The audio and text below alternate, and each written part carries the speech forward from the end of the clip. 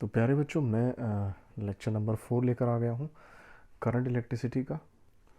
आइए देखते हैं बच्चों, आज के लेक्चर में हम क्या पढ़ेंगे। हम इंट्रोड्यूस करेंगे सबसे पहले heating effect of current. Joules law of heating को इंट्रोड्यूस किया जाएगा, इलेक्ट्रिक पावर और फिर सिमिलरली इलेक्ट्रिक एनर्जी को, और फिर हम देखेंगे पावर कंजम्पशन इन सर्किट्स अगर टाइम बचता है तो। ऑल राइट प्यारे बच्चों, शुरू करते हैं हीटिंग इफेक्ट ऑफ करंट से। आइए बच्चों, फिर से उसी कॉन्सेप्ट पे जंप करते हैं जब हमने ड्रिफ्ट वेलोसिटी को इंट्रोड्यूस किया था। तो ड्रिफ्ट वेलोसिटी में देखो बच्चों, हमने क्या पढ़ा था। हम किसी भी कंडक्टर को जब एक बैटरी के अक्रॉस ऐसे कनेक्ट कर देते हैं तो बैटरी इसके अंदर एक इलेक्ट्रिक फील्ड सेटअप कर देती है ना। नेट इलेक्ट्रिक फील्ड जीरो नहीं रहता, मान लीजिए इलेक्ट्रिक फील्ड है, और इसका काम क्या था, ये पकड़ पकड़ के इलेक्ट्रॉन्स को घसीटते हुए, ड्रिफ्ट कराते हुए यहाँ ला के छोड़ देता है, और फिर यहाँ से वो positive terminal of the battery में चले जाते हैं। तो अब देखिए इस दौरान क्या हुआ बच्चों, मैंने कहा था ये जो मोशन है इसमें बहुत सारे कोलिजन्स होते हैं। क्यों होते हैं बच्चों? ये इलेक्ट्रिक फील्ड जो है इलेक्ट्रॉन्स को उधर ज़बरदस्ती धकेलना चाहता है, तो रास्ते में जो भी आता है उससे रिपल्शन की वजह से एक कोलिजन का फॉर्म डेवलप होता है। तो अब देखिए क्या होगा, ये इलेक्ट्रॉन जहाँ से निकल के भागे हैं उनको हम आयंस कह सकते हैं, वहाँ है ना, बचा हुआ एटम जो है। अब ये इलेक्ट्रॉन जब यहाँ इससे टकराएगा, रिपेल होगा, सॉरी अट्रैक्ट होगा, तो ये अपना पाथ कैसे चेंज करता है? देखो ये ऐसे गया, फिर यहाँ इलेक्ट्रिक फील्ड देखेगा कि ये इसके साथ कहीं वापस इसके अंदर एंटर ना कर जाए, फिर इसको आगे घसीट देगा, ऐसे कर करके इसको पूरी जर्नी करा देता है। अब रास्ते में जितना भी इस तरीके का इसको कोलिजन फेस करना पड़ा, तो ये उस समय अपनी एनर्जी इसको शेयर करवा देता है। मान लीजिए बैटरी ने इस इलेक्ट्रॉन को एनर्जी दी थी 100 जूल चलने के लिए पूरे सर्किट के अंदर। तो अब क्या होगा बच्चों कि 100 जूल में से एक बार यहाँ टकराया, 10 जूल इसको दे दी, फिर दोबारा किसी से टकराया, 10 जूल उसको दे दी, ऐसे करते करते सारी 100 जूल एनर्जी डिस्ट्रीब्यूट हो जाएगी बचे हुए आयंस में। अब ये जो आयंस हैं ये भिखारी हैं, इन्होंने कभी इतनी एनर्जी देखी नहीं है। तो जैसे ही इनको इतनी सारी एनर्जी मिलेगी, वाइब्रेट हो जाएंगे, पागल हो जाएंगे। जिस आदमी ने 10 रुपये मांगे हो, अगर आप उसको 1000 रुपये पकड़ा दें तो वही वाली हालत हो जाएगी इन आयंस की। तो बच्चों ये जब वाइब्रेट करने लगेंगे तो ओवरऑल इस कंडक्टर का टेम्परेचर बढ़ने लगेगा। हम देखते हैं ना, हम दो हाथों को ऐसे रब करते हैं तो हमारी मैकेनिकल एनर्जी हीट में कन्वर्ट हो गई। तो सोचिए कितने सारे आयंस ऐसे वाइब्रेट कर रहे हैं, the temperature of the conductor rises up, और इसी को हम कहते हैं हीटिंग इफेक्ट ऑफ करंट। एक करंट फ्लो होने की वजह से, एक इलेक्ट्रॉन्स के मूवमेंट की वजह से आयंस के अंदर एनर्जी का ट्रांसफ़र हो जाना, जिससे कि हीट डेवलप हो जाना। तो बच्चों ये जो हीट डेवलप हुई है इसको हमने कंसेप्चुअली समझा, क्या इसकी कोई मैथमेटिकल फॉर्म भी है? आप ऑलरेडी पढ़ चुके हैं बच्चों जूल्स लॉ ऑफ हीटिंग में। आइए शुरू करते हैं next topic, which is joules law of heating. तो बच्चों देखिए, मान लीजिए हमारे पास ये वही सर्किट है जिसमें कंडक्टर लगा हुआ है। अब उसको हम रेजिस्टेंस से दिखा रहे हैं ऐसे। ये हमारी बैटरी है जो बेचारी V वोल्ट का EMF रखती है या पोटेंशियल डिफरेंस रखती है।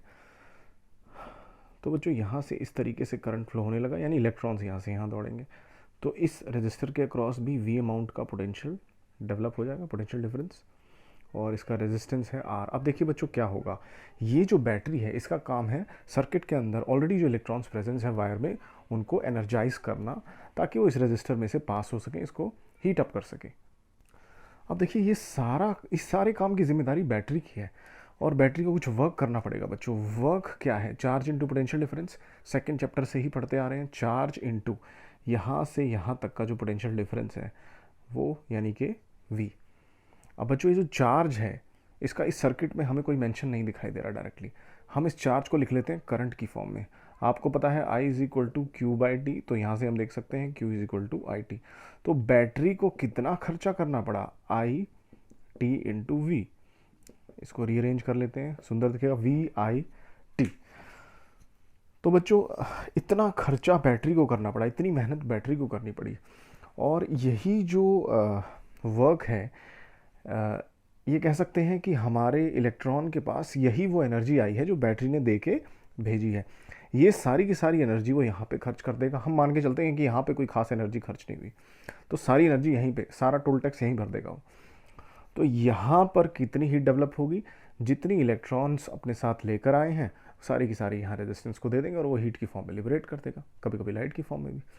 तो ये जो बच्चों वर्क हुआ है इसी को हम कहते हैं हीट एनर्जी के बराबर इतनी ही हीट यहाँ पर डेवलप हो जाएगी, वी आई टी जूल्स। और ओम्स लॉ से आप इसकी और भी फॉर्म्स लिख सकते हैं। वी को अगर आप आई आर लिखें तो ये हो जाएगा आई स्क्वायर आर टी, और यहाँ पे अगर आप आई को लिखें वी बाय आर तो ये हो जाएगा V square by R into T. तो जैसी सिचुएशन हो, जो सर्किट हो सीरीज पैरेलल, उसके हिसाब से जज कर सकते हैं कि कौन सा फॉर्मूला लगेगा। So this is the amount of heat developed और dissipated across the resistor in joules. तो यही है जूल्स लॉ ऑफ हीटिंग की जो हीट डेवलप हुई है वो किस किसके प्रोपोर्शनल है बच्चों। कोई भी फॉर्मूला पकड़ सकते हैं। मान लीजिए हमने देख लिया I is equal to I square R T, तो ये जो आई स्क्वायर है काफ़ी हद तक ये डिसाइड करेगा, है ना, स्क्वायर में है इसकी पावर। दूसरा है रेजिस्टेंस, तीसरा है टाइम। तो किसी सर्किट में आई अमाउंट ऑफ करंट फ्लो हो रहा है टी समय के लिए, मान लीजिए टी 10 घंटे है, 10 मिनट है, 10 सेकंड है, और ये वो रेजिस्टेंस है जिसके थ्रू से फ्लो होना है। अब इसी को इमेजिन कर सकते हैं, यहाँ पे कोई टोस्टर लगा हुआ है उसका रेजिस्टेंस दिया होगा, कोई गीज़र लगा हुआ है उसका रेजिस्टेंस दिया होगा। तो कितनी देर के लिए करंट फ्लो कराना है उस पर भी डिपेंड करेगा, कितना करंट फ्लो कराना है और कितना रेजिस्टेंस है ना। टोस्टर का भी एग्जांपल ले सकते हैं बच्चों। तो टोस्टर में, है ना, आपने अंदर जो है इस तरीके से अपने ब्रेड वगैरह डाल दिया ऐसे टोस्टर में। अब ये जाहिर सी बात है अगर आप इसे 1 घंटे के लिए छोड़ दें तो बहुत ज़्यादा हीट डेवलप होगी, ब्रेड जल जाएगा। तो यहाँ से क्लियरली इशारा मिलता है कि टाइम पे डिपेंडेंसी बहुत ज़्यादा है। So I square R T is called Joule's law of heating. बच्चों एक और मज़ेदार बात देखिए, ये जो रजिस्टर के क्रॉस हीट डेवलप होती है दिस इज़ डायरेक्शन इंडिपेंडेंट। ध्यान रखिएगा, काफ़ी सारी चीज़ें हम ऐसी पढ़ते हैं जो डायरेक्शन डिपेंडेंट होती हैं, लेकिन यहाँ पर ऐसा नहीं है। ऐसा नहीं होगा बच्चों कि आपने इधर से इधर करंट फ्लो कराया तो मान लीजिए इस रजिस्टर में 100 जूल की हीट डिसिपेट कर दी, वेस्ट कर दी, एनवायरनमेंट में छोड़ दी।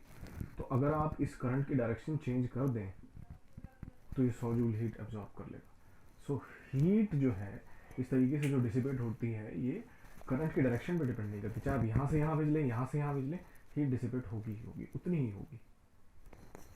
नेक्स्ट आता है बच्चों इलेक्ट्रिक पावर।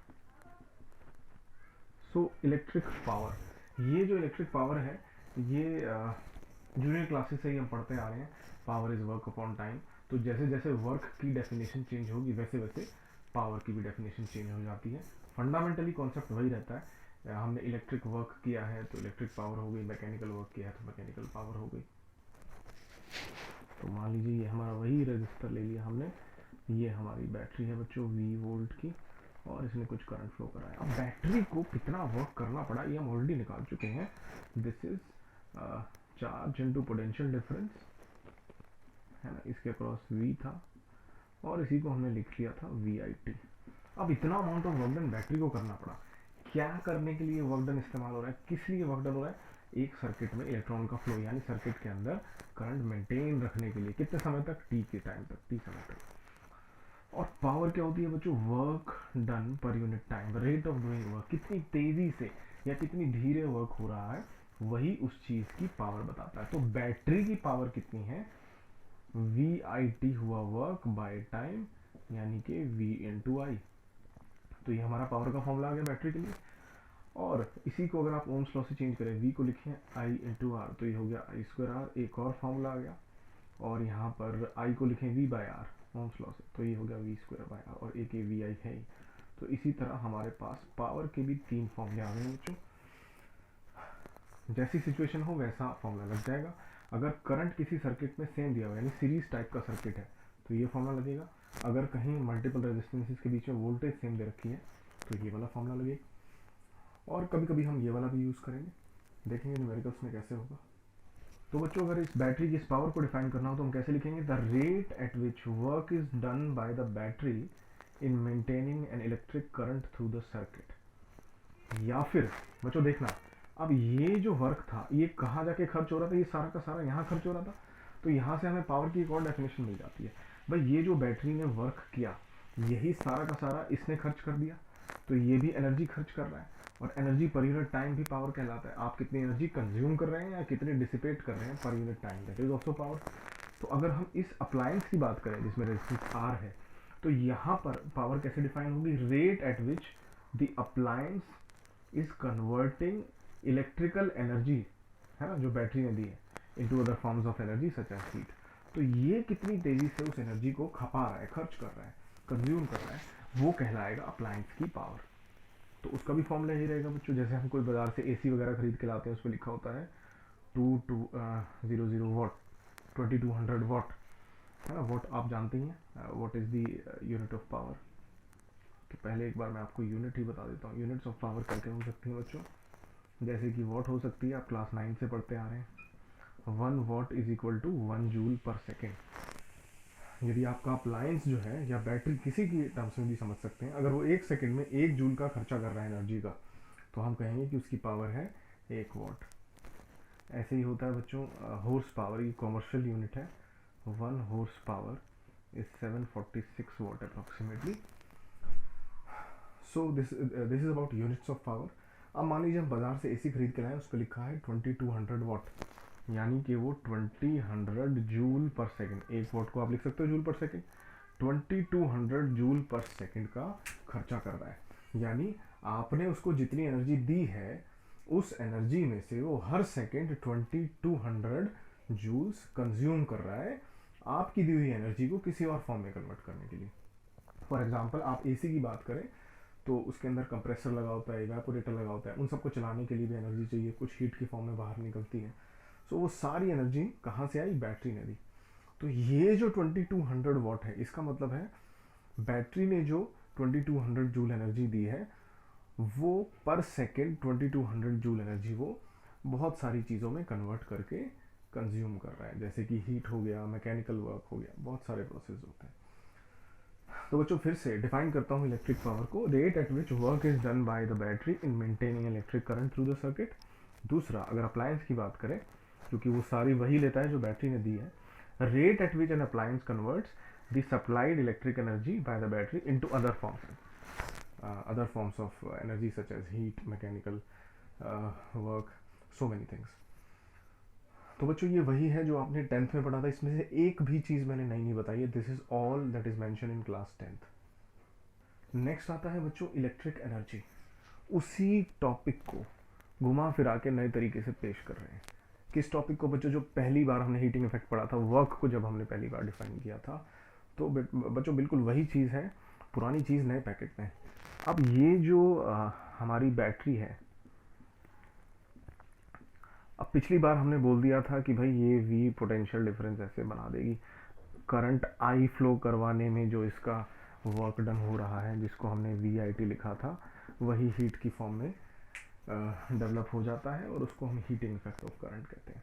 बच्चों इसी को मैं इंग्लिश में बोल देता हूँ, the total work done by the battery in maintaining electric current in a circuit for a given time is called electric energy consumed by the circuit.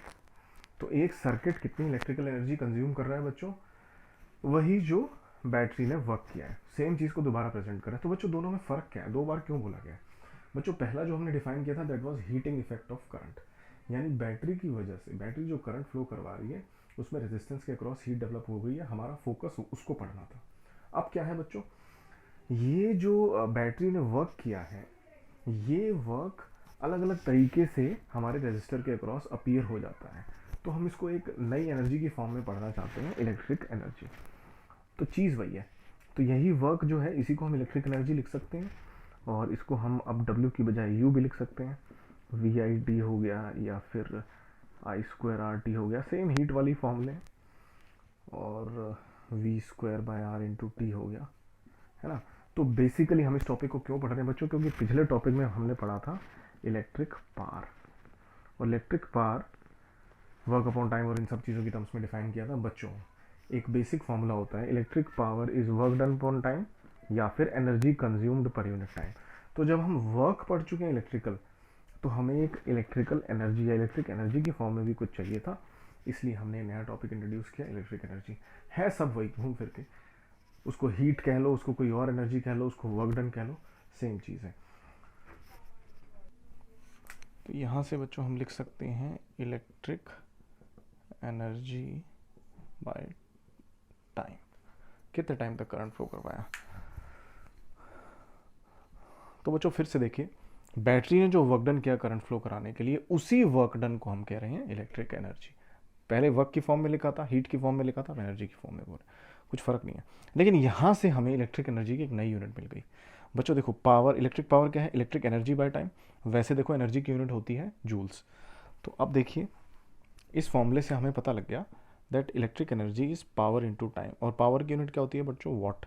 Time की यूनिट क्या होती है, जनरली हम ऐसा यूनिट सेकंड लेते हैं, बच्चों हम यहाँ पे आवर्स ले रहे हैं।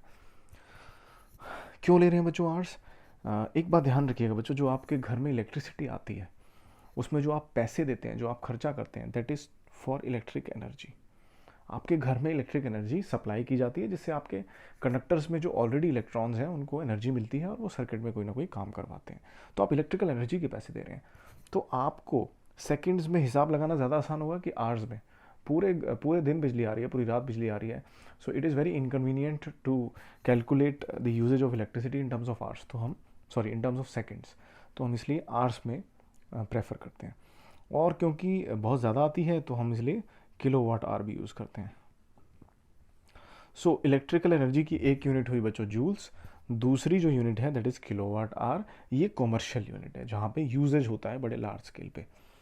तो बच्चों 1 किलोवाट आवर को अगर हमें जूल्स में कन्वर्ट करना हो तो कैसे करेंगे बच्चों? देखो किलो मतलब 10⁻3, वाट मतलब 1 जूल पर सेकेंड, और एक घंटे में होते हैं 3600 सेकेंड्स। तो ये हो गया 3.6 इंटू 10⁻6 जूल। तो बच्चों अपने घर का इलेक्ट्रिसिटी का बिल देखिएगा ज़रूर, उसमें लिखा होगा आपने इस महीने में इतने किलोवाट आवर एनर्जी कंज्यूम की या इतने यूनिट कंज्यूम की। 1 किलोवाट आवर एनर्जी को ही एक यूनिट बोला जाता है ना। तो हम कभी कभी देखते हैं हमारे घर के बड़े लोग जो हैं वो हिसाब लगाते हैं कि हमारा एसी पूरी रात जो है चलता है और 3 यूनिट बिजली खा जाता है। That means 3 kilowatt hour energy खा जाता है। That means 3 into 3.6 into 10⁻6 joule energy खा जाता है। So this is about electric energy.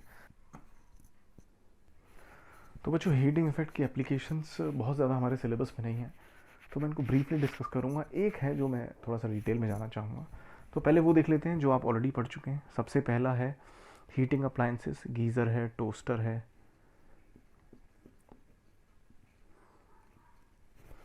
तो यहाँ पर हम हीटिंग इफेक्ट के principle Joule's law of heating का इस्तेमाल करते हैं। रूम हीटर भी हो गया आपका, इलेक्ट्रिक आयरन हो गई है ना जिससे आप कपड़े वगैरह प्रेस करते हैं, इलेक्ट्रिक केटल हो गई, ये सारे हीटिंग अप्लायंसेज हैं। यानी आपने करंट दिया और इनका काम है हीट प्रोड्यूस करना। तो हम ऐसी जगहों पे कौन सा रेजिस्टर यूज़ करते हैं बच्चों? एलॉय वाला। क्योंकि 3 प्रॉपर्टीज़ होती हैं बच्चों मेन जो हमारे एलॉयज़ होते हैं। एक तो उनका रेजिस्टेंस हाई होता है ना, जितना रेजिस्टेंस हाई होगा उतना ज़्यादा हीट प्रोड्यूस होगी, हमारे लिए अच्छा है। दूसरा इनका रेजिस्टेंस टेम्परेचर पे बहुत ज़्यादा डिपेंडेंट नहीं होता। टेम्परेचर इंडिपेंडेंट रेजिस्टर हम पढ़ चुके हैं पिछले लेक्चर में, क्योंकि इन्होंने बहुत हाई टेम्परेचर पे काम करना होता है और रेजिस्टेंस बदल गया तो सारा खेल ही खत्म हो जाएगा। तो नियरली टेम्परेचर इंडिपेंडेंट रेजिस्टेंस होता है। तीसरा बच्चों इनका मेल्टिंग पॉइंट हाई होता है, क्योंकि एलॉय है तो हमने मिक्सचर इस तरीके से बनाया होता है, मेल्टिंग पॉइंट इज़ हाई, है ना, ऑक्सीडाइज वगैरह भी नहीं होते हैं आसानी से। और दूसरी जो एप्लीकेशन आएगी वो भी इसी से मिलती जुलती है, वो है इलेक्ट्रिक बल्ब की।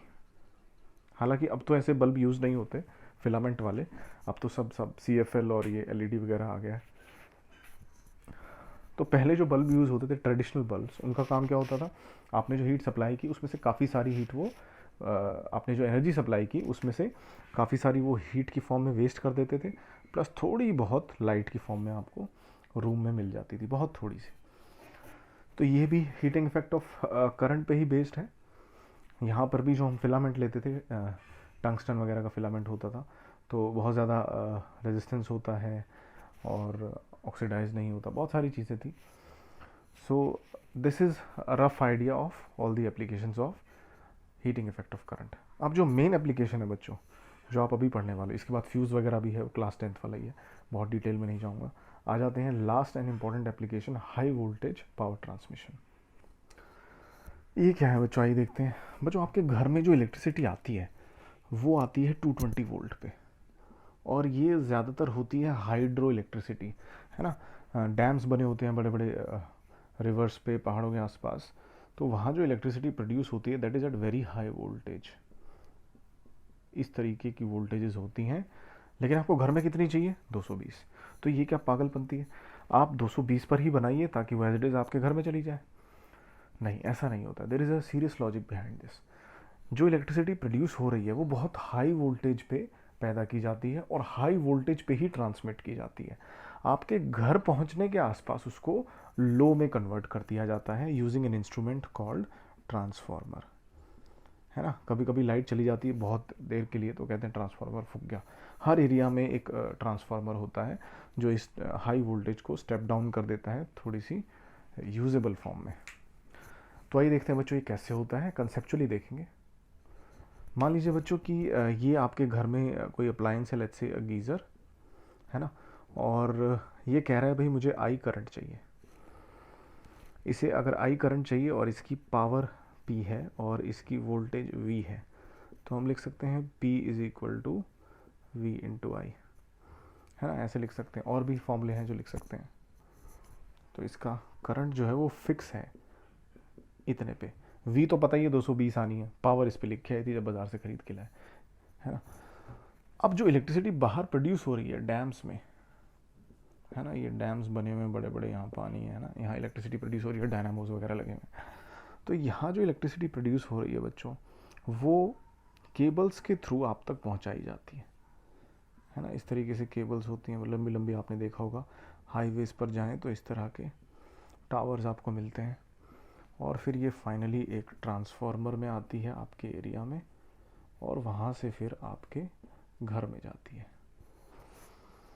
तो बच्चों क्या होगा, ये जो करंट है ये चेंज नहीं हो सकता। आप जो इलेक्ट्रिसिटी प्रोड्यूस कर रहे हैं at a potential difference of 11,000 volts, ये वोल्टेज वहाँ जाते जाते हमें चेंज करनी है अपनी रिक्वायरमेंट यानी 220 के हिसाब से। वोल्टेज चेंज करना बच्चों आसान है, करंट चेंज करना आसान नहीं है।